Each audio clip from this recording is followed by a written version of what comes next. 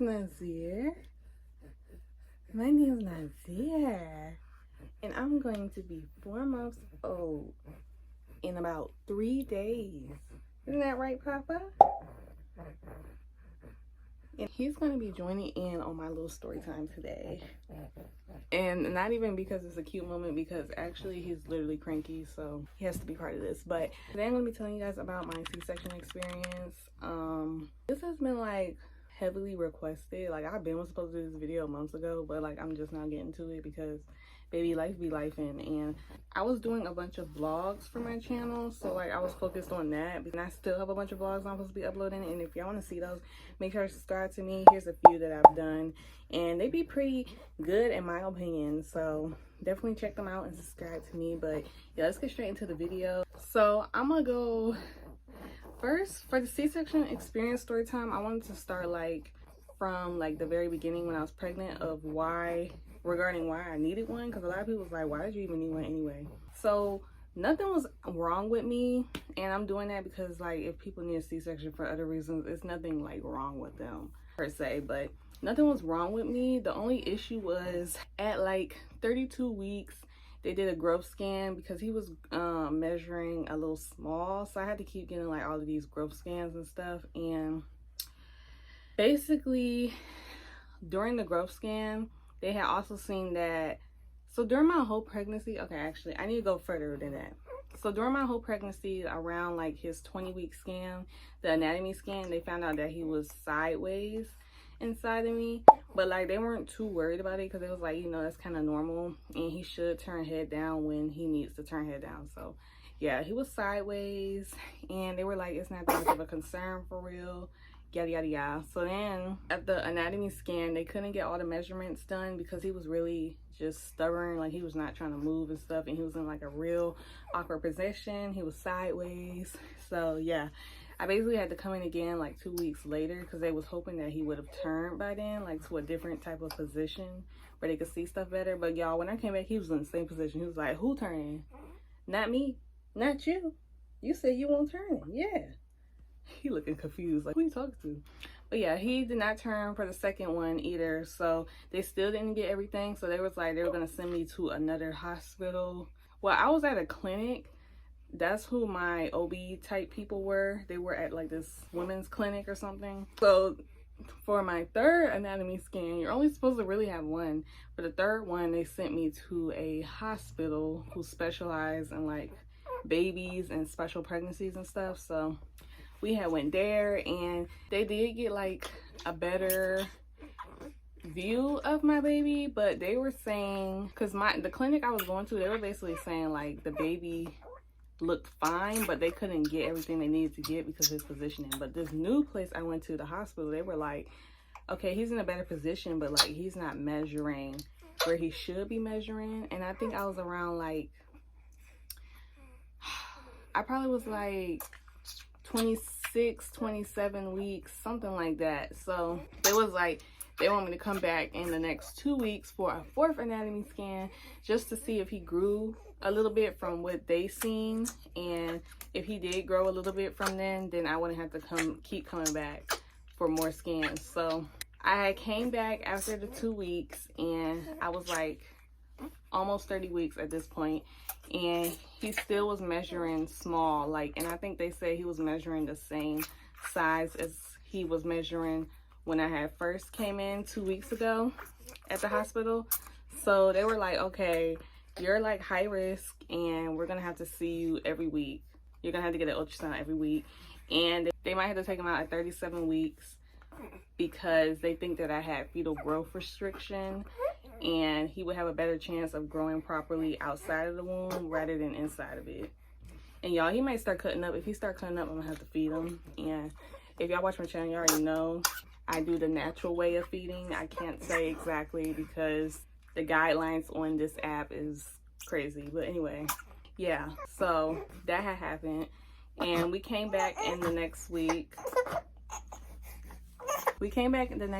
And like they had said for me to do, and they were saying like, oh, so what ended up happening was he was measuring better at this scan that we had went to, Like, he was measuring more so on time, just a little bit on the smaller side. He was in the 10th percentile, and they were like, basically what had happened was the reason they couldn't measure him right was because he wasn't in a good position. He wasn't in an optimal position. So when the lady had measured me the first time, well, the first few times, because I think I got like 2 to 3 scans from them before they realized nothing was wrong with him. But his positioning was just off, and that's why they didn't measure him correctly. The measurements they had put in for him, that had put him in the 2nd percentile, which is like a great concern if a baby is measuring in the 2nd percentile. But they said now that he was in a better position, they realized that he's actually in the 10th percentile, and they had measured him wrong. So that had happened. And then also at that scan, which goes into like the whole C-section thing, they also found out that he was turned sideways at 32 weeks. So they're like, you know, if he doesn't turn by at least 37, you're gonna have to discuss options with your clinic and go from there. So I went to my clinic. They gave me a scan around 36 weeks, and my baby was still sideways. And they literally were telling me like stuff to go home and do, like sit upside down, the yoga ball.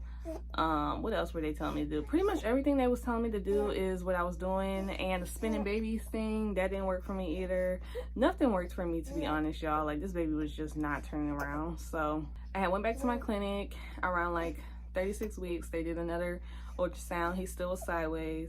And they were basically telling me like, okay, so we're gonna have to start discussing options with you of what you want to do regarding him not turning. So they was like, you can go ahead and schedule a C-section at 39 weeks, or you can get a, I forgot what it's called, but it's like something where they try and turn the baby around, but like physically force them to turn around. It's, I'll put like the thing right here, like the description and what they call it.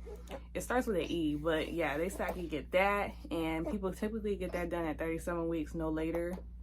Well, before 37 weeks, no later than that, because they were saying like they can't do it later than that because by then the baby is too big and it's not enough fluid to try and turn them around manually. So he's down here just having a blast, choking and everything. But yeah, they can't really turn babies beyond that point. So I was gonna have to make a decision by the time I was 37 weeks. So I had looked up the little E thing. I don't know what it's called, so I'm just gonna say the E thing. I had looked that up and I seen some videos on how they do it, and it just looked really uncomfortable. Apparently you have to get a epidural in your back when they do it, and you have to have like doctors on standby and stuff, because the stress of the procedure, like forcing the baby to, like them taking their hands on your belly and forcing the baby to turn, could stress the baby out and increase their heart rate and some other stuff, and cause you to have to get an emergency C-section on spot. And then you also have to get, that's why you have to get the epidural. And I think you also get the epidural to decrease the pain, because apparently it's very painful to the mother. So yeah, and then they also told me like the procedure could just not even work. Like after all that, it could just not work. And another thing was it could work and then he just turned back around again, like, or turn back sideways again. So I was just like, I'm not gonna do that. I had faith that he would turn on his own, and I was like, if he's supposed to turn, he's gonna turn on his own. I'm gonna just wait it out. So I was waiting it out. Every week I would get another ultrasound, and he still was sideways the entire time. So yeah, once I had declined the little E thing, they told me to go ahead and schedule a C-section, and I had scheduled a C-section for when I'm 39 weeks. And they basically were telling me that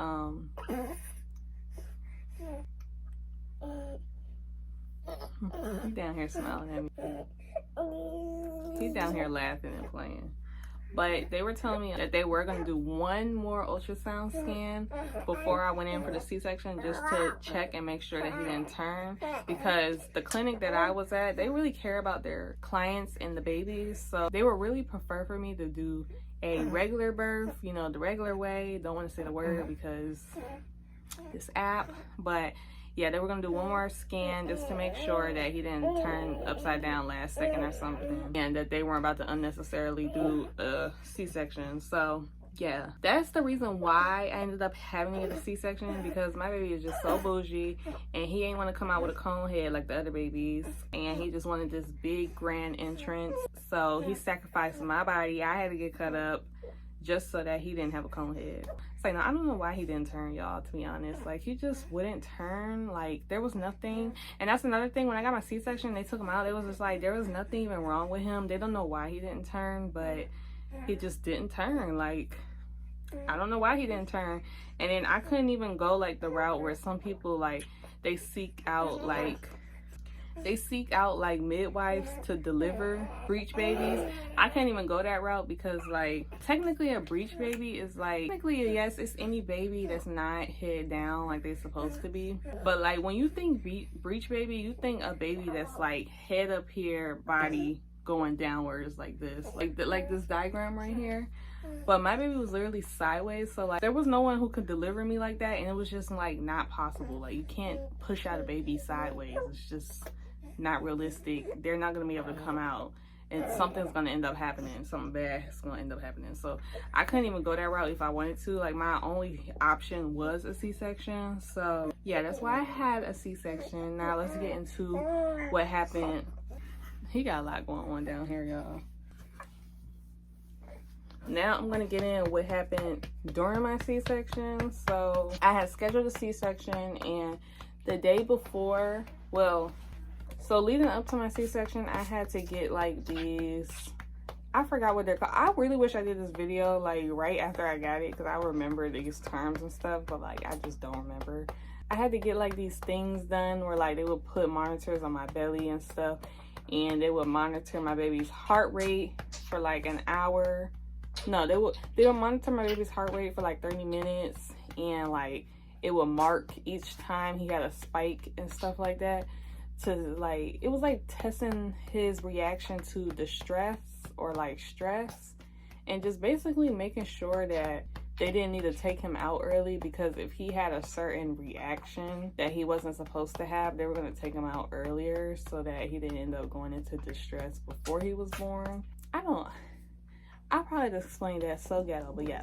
I was getting these done every week, and then like a week before I was supposed to go into my C-section, they gave me a paper basically explaining like what to expect, kind of, and what I needed to do. And I believe I wasn't allowed to eat like after 7 p.m. I think I wasn't supposed to eat at all after 7 p.m. and I can only have liquids up to like 10 p.m. or something like that, the night before my C-section.